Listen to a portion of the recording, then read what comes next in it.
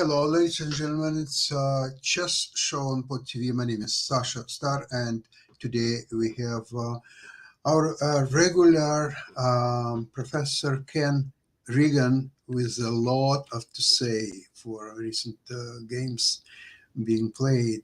Welcome to the show, Ken. Yes, Great thank you very much for having me on again. We have wonderful sunshine and we have wonderful good news that it appears that all the visa difficulties with the candidates tournaments have been resolved as of this morning. Great. That's great news because they were talk to move it to Spain or somewhere else. But you know what? It's great. I think Toronto deserved to have this high caliber Yeah. tournament, and I'm looking forward to it And so I'm much. looking forward to coming up and seeing it. And I'm not the only member of my department who will do so. One of my Oh, colleagues already has his tickets. So, okay, yeah. excellent. So we'll have a great time. Which hotel actually it's being played? Have Well, you it's figured being out? played at the Great Hall in Toronto, which I don't think I've ever seen, but Great in the Hall. downtown area. Yeah, Um, of course, great. Where else closer, Great Hall could be? yeah, closer to the lake. Yeah. So, uh, but And so that's a no, name. It's a name, Great Hall. Really? that's what it's called. Yes. So, Great Hall. Okay, yeah. I'll do search. I never heard about Great Hall. Mhm.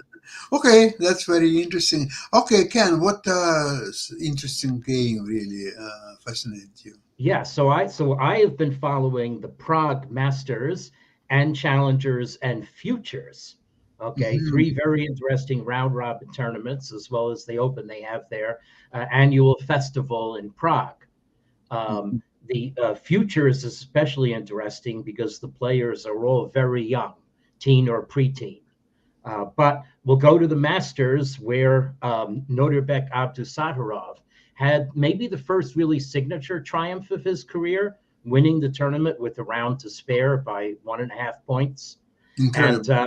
I'm going to present a kind of chain of one fish eats another fish until the big fish eats and wins sort of situation. So I have a selection of Excellent. games which show really what they show is that there was fantastic fighting chess throughout the tournament.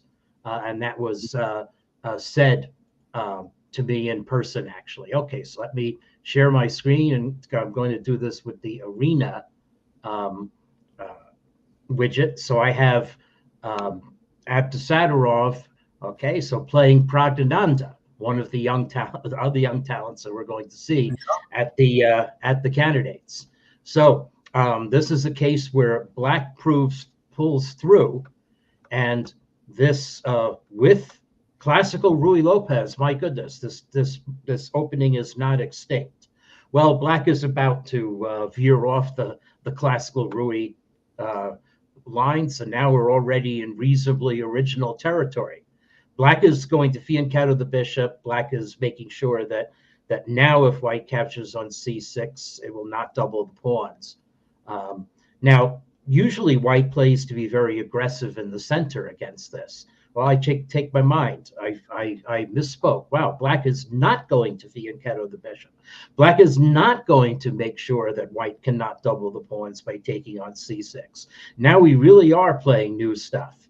And what did I just say? I said that White's usual play is to be very aggressive in the center. Well, I lied again.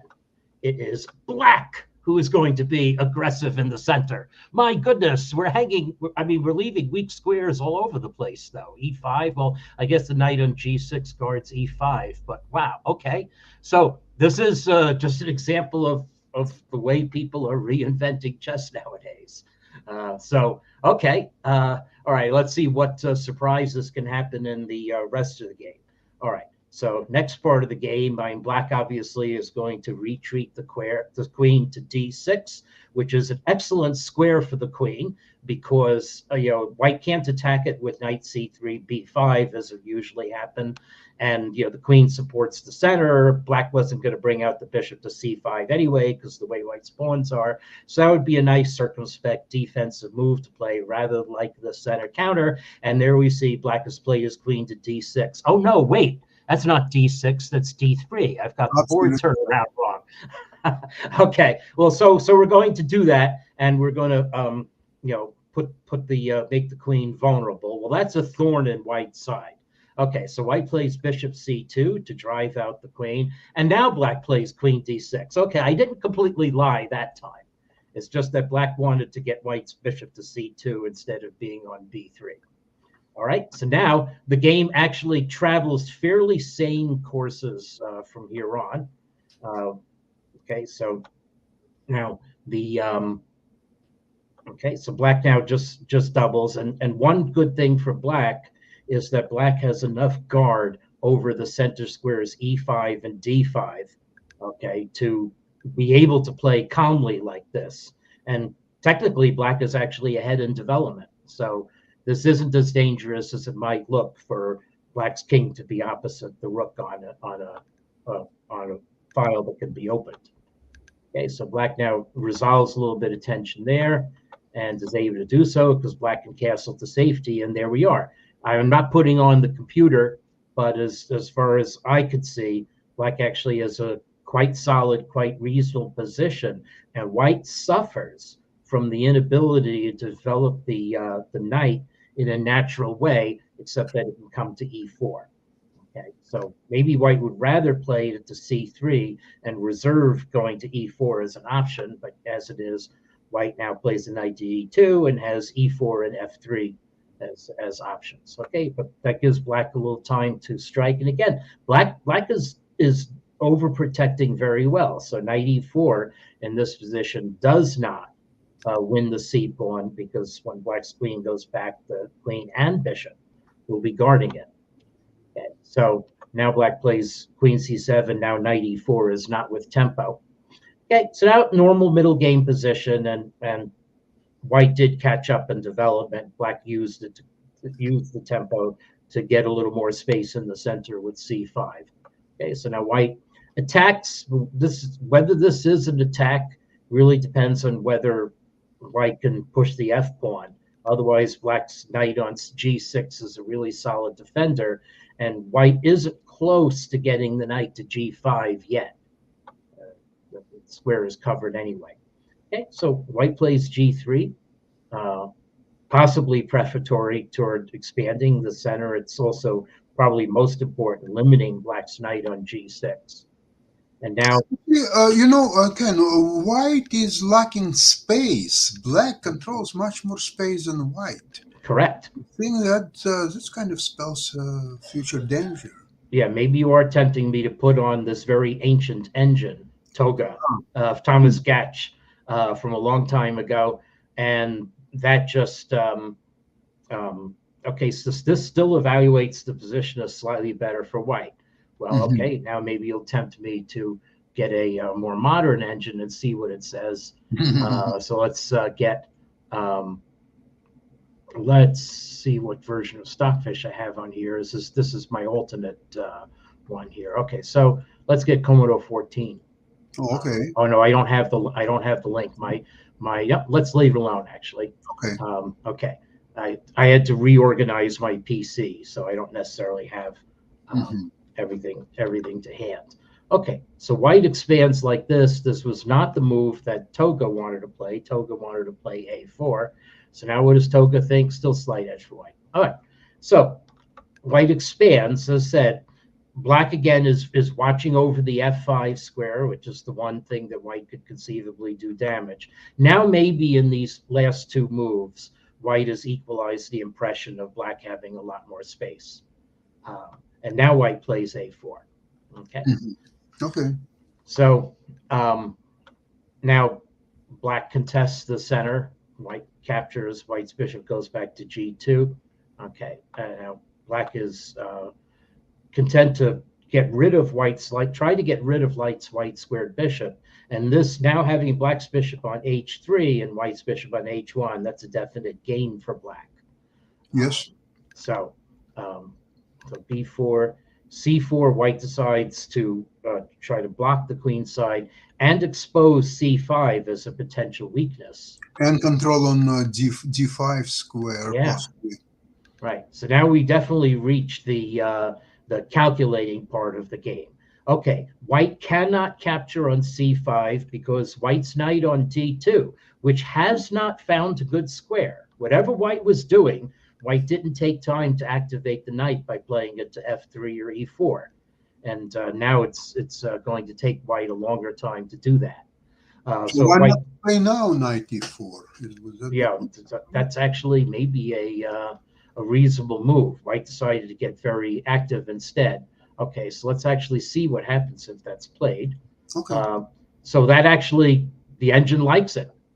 Mhm. Engine thinks that black has to stuff it, to block at d4. And I guess it becomes very tactical from here on out. So, okay, but that's not what white did. Instead, white played a very cut and thrust move. Rook a8, okay, so disturbing black's position, although maybe arguably improving it.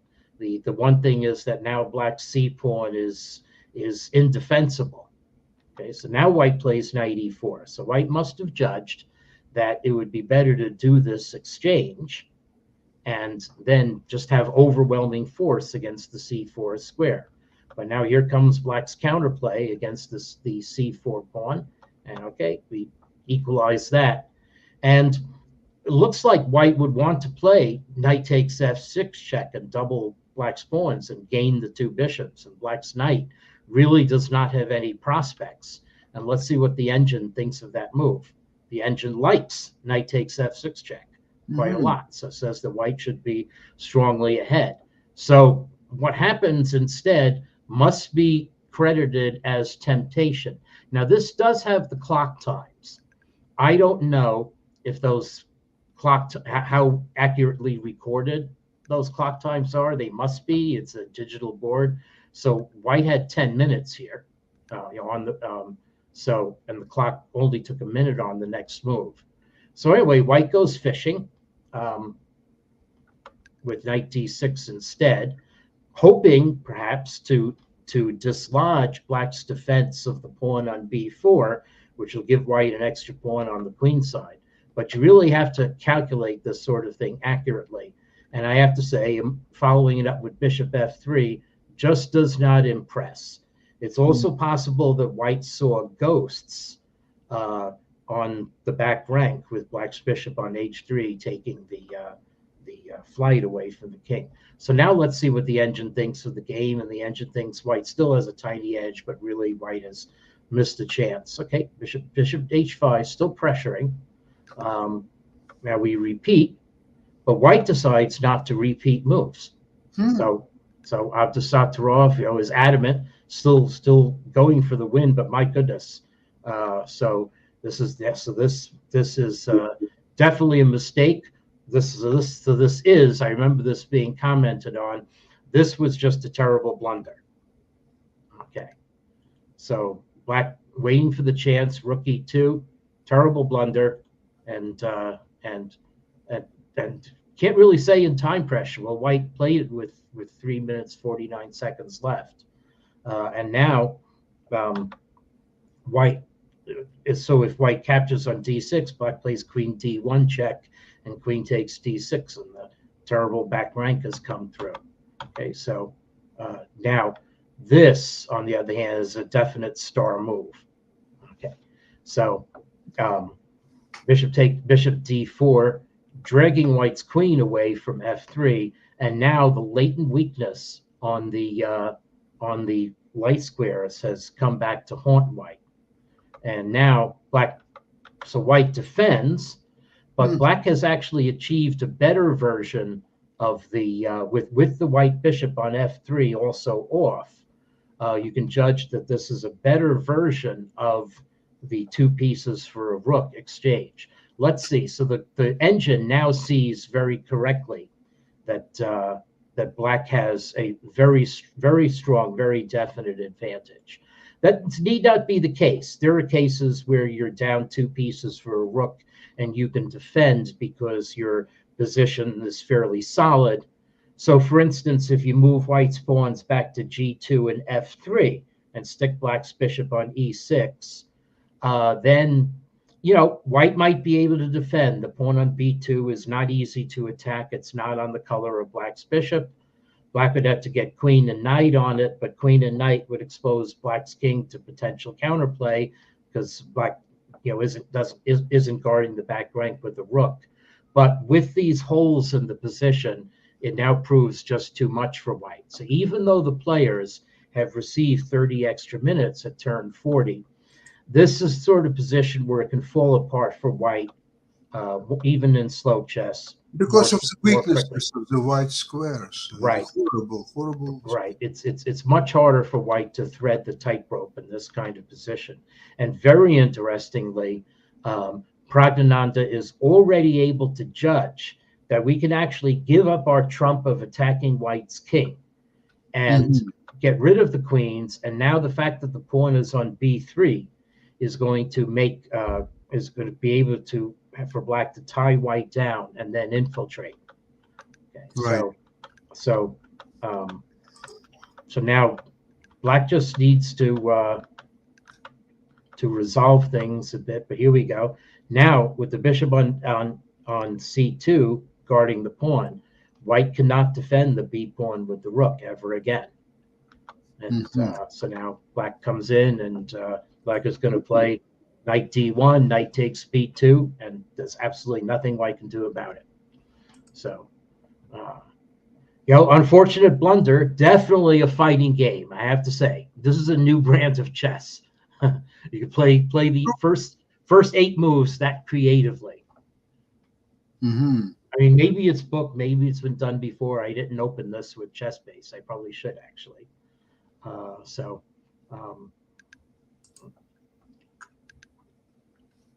okie doke. All right. We don't have James or other questions. Let me go on to the next. So that was a win against Abdusatorov. I'm going to show a win by Abdusatorov first, but first let me show a win by the person whom Abdusatorov vanquished in the key 8th round.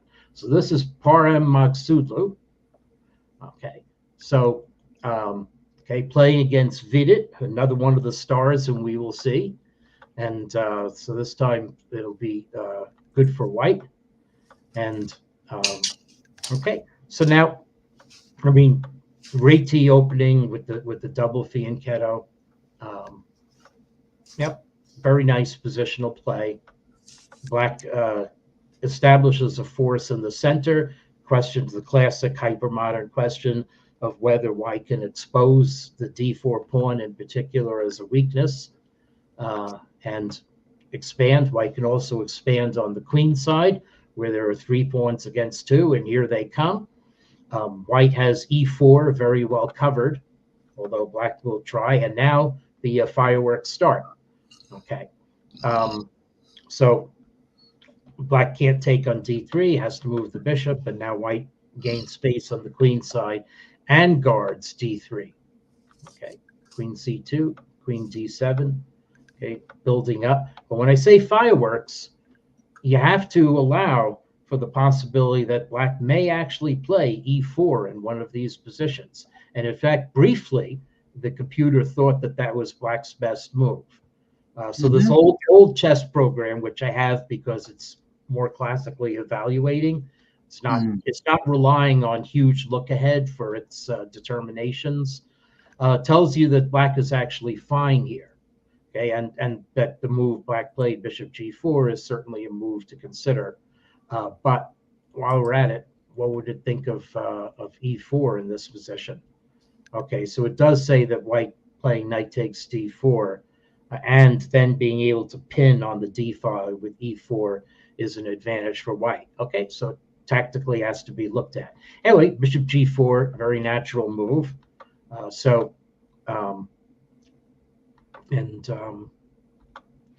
Okay, we just play. This is called just playing chess.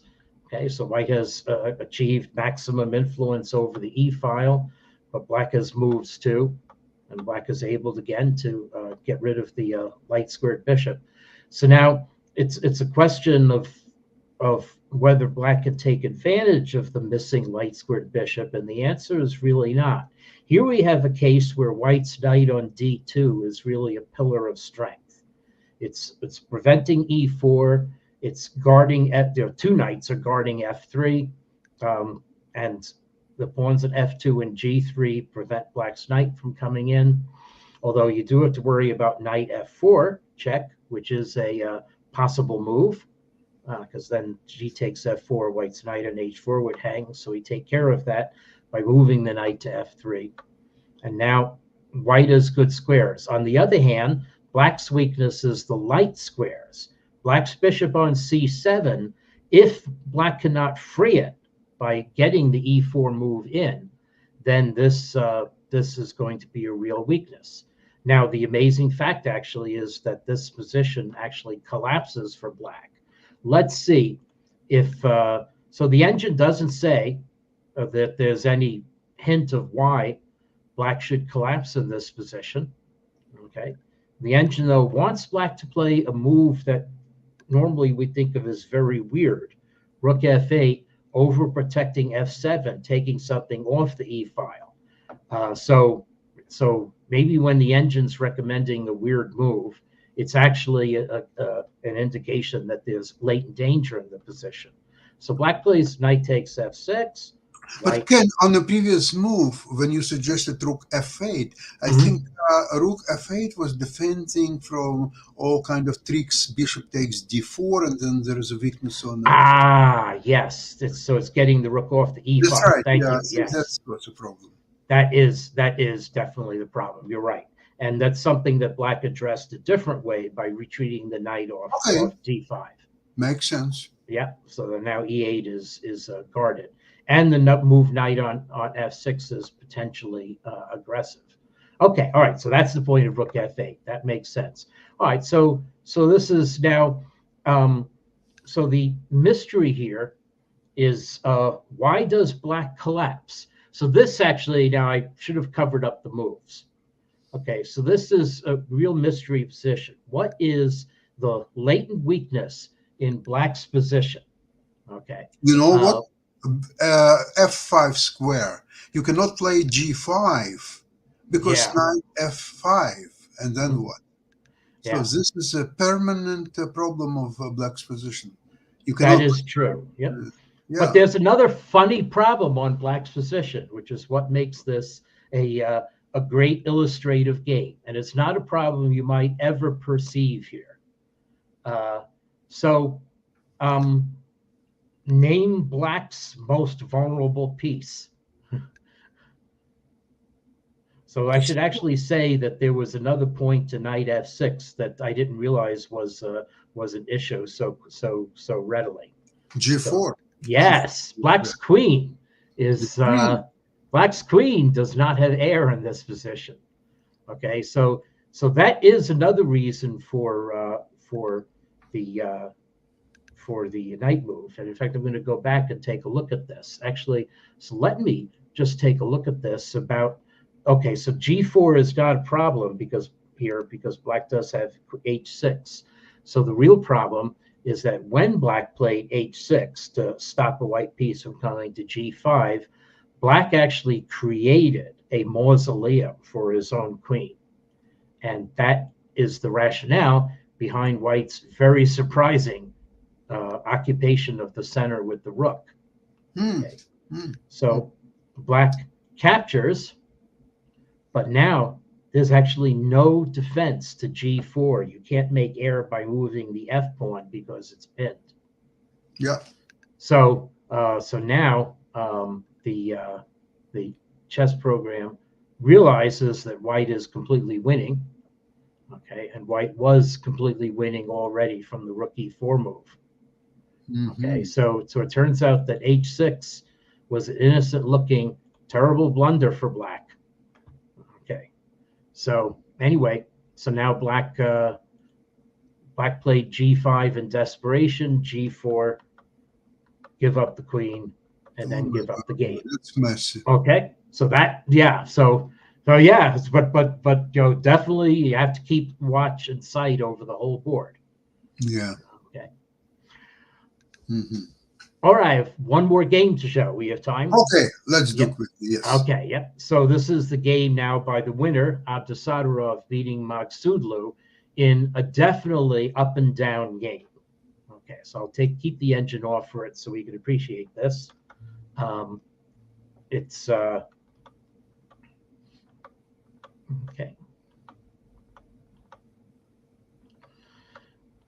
So this is a game that that initially white is going to achieve all the strategic and tactical aims. It's a fighting Sicilian. Frankly, I must admit, I don't really know what is going on in these positions.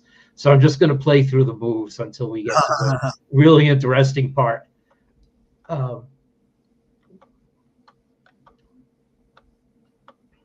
Okay, so both sides have terrible weaknesses on f4 and f5, but white has more influence in the center, and assuming that white is able to stop black's usual queenside counterplay, the influence in the center should be the main factor in the position.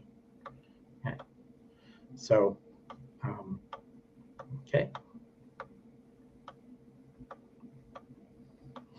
Okay, so now, all right, so at this point, it's, nice strategic game. We'll just see what the engine says. Engine says actually dead equal. Okay, well, we're going to make the game not be dead equal.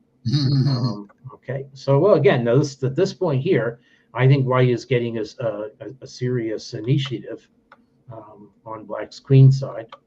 Okay, but black is able also to get some counterplays. So it turns out actually that the queen c6 move was risky, and black is now able to infiltrate on the king side, and white's queen isn't actually able to do anything.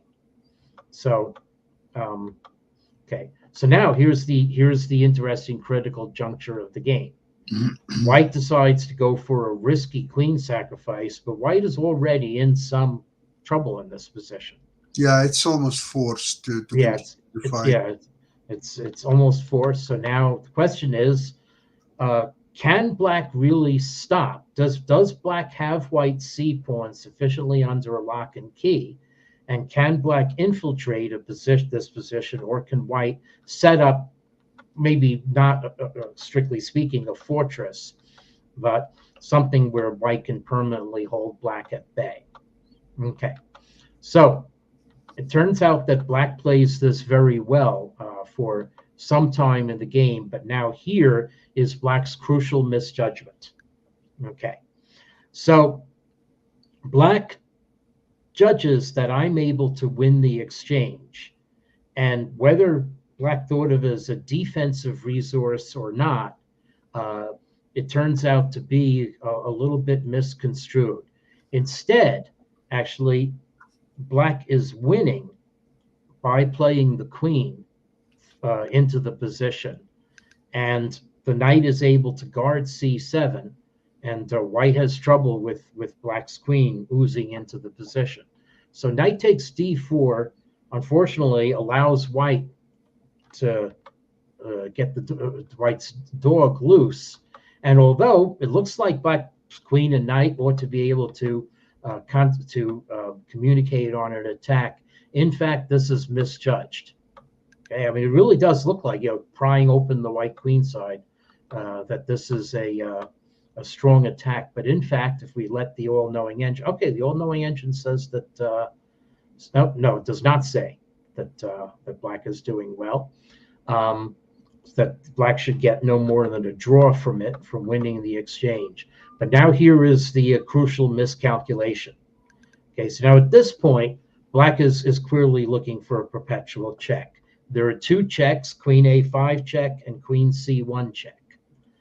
Queen c1 check draws, as even this ancient engine is able to verify, although it looks like it might allow white's king to come up the board.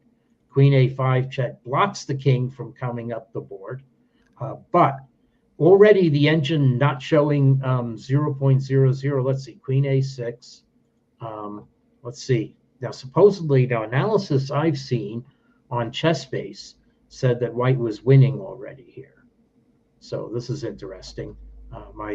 This engine is not seeing it yet. Okay, but king b4.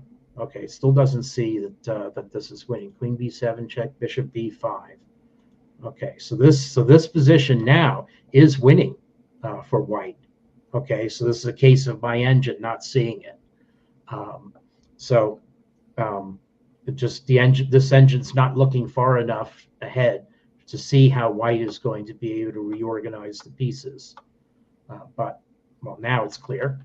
So my engine must think that black's king g7 was just simply a blunder, but that's actually not true. Now already after king c4, it's seeing that black cannot defend.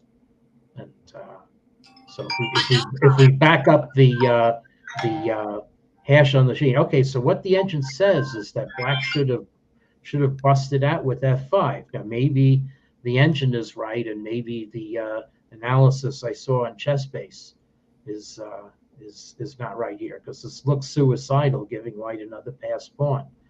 But I guess there's a tactical reason why the king c4 maneuver doesn't work. How can black defend this? Queen c8. Wow. Okay. All right. So needs more going to the drawing board here. Wow. f5, a resource that that analysts didn't see. Okay. So more needs to be written about this position, but as it stands, this nice finishing move will win back the queen with knight f6, and that was the winning game. So there we go. This was the decisive game of the tournament. With this game, Nodirbek Avtasadarov clinched first place. Yeah, a brilliant game when with two light pieces he beat the queen, and wow, quite amazing. Yeah, very very entertaining games. I really enjoyed all of them. Right. I think by next week we will have even more interesting games, because there are so many tournaments coming up. The Airfloat in Moscow, and Chinese tournament in China. Yeah. When Daniil Dubov is playing there. Yeah, I want to mention one more thing, because I was going to feature one game by the winner of the futures, but I just want to say one thing about him. Okay, so continuing, task for me has been to judge the growth rates of young players, and sometimes misunderstandings of these growth rates leads to a fair bit of consternation. So this is the winner from India of the futures tournament. Again, clearly ahead of the field, and his rating on the wall chart is 1786, but he is not a 1786 player. My scripts don't estimate him automatically, because with FIDE he only goes back to December 2021, and it looks like he has a very gentle growth curve. But this also is an illusion. So my scripts, based on his 2021 rating of 1600, actually place him almost 2200 for a player this young. Okay, as far as typical. I mean, when I was that age, I gained 700 rating points in 2 years. The reason why he hasn't gained 700 rating points, why he's even lost rating points in some of these tournaments, is that they're youth tournaments against fellow players from India who are similarly underrated. Okay, so when he lost rating points, 104 rating points, okay, so this was the Chennai Open Grandmaster and tournaments, again, playing against people from his country. Moment he comes to Europe, Sproing, he gains 300 rating points in one tournament. So in one period, okay, Radniki Scheveningen in Central Europe. Okay, so this is not a 1786 player. This is a player who's approaching 2200 rating, and his results show that. And formulas that I wrote 3.5 years ago and last tweaked in October 2022. So the last time I tweaked these formulas is before he joined. Oh no, I'm sorry, October 2022. So yet it's more accurately projecting his rating. So when the tournament began, all you saw was 1786. Okay, now in March we see 2104, and that's a much more likely picture of him. So it's not a surprise that here is another up-and-coming young talent from India, not yet 12, okay, and the clear winner of the Futures Tournament. Oh my God, it's so fascinating. Yep. Ken, Yes. thank you very much Okay. to inform us, and look forward to our next week's program. There will be, I'm pretty sure, many, many more interesting games to look Right. at. Okay. Thank you very very much. much. See you next week. All Bye right. bye. Bye-bye.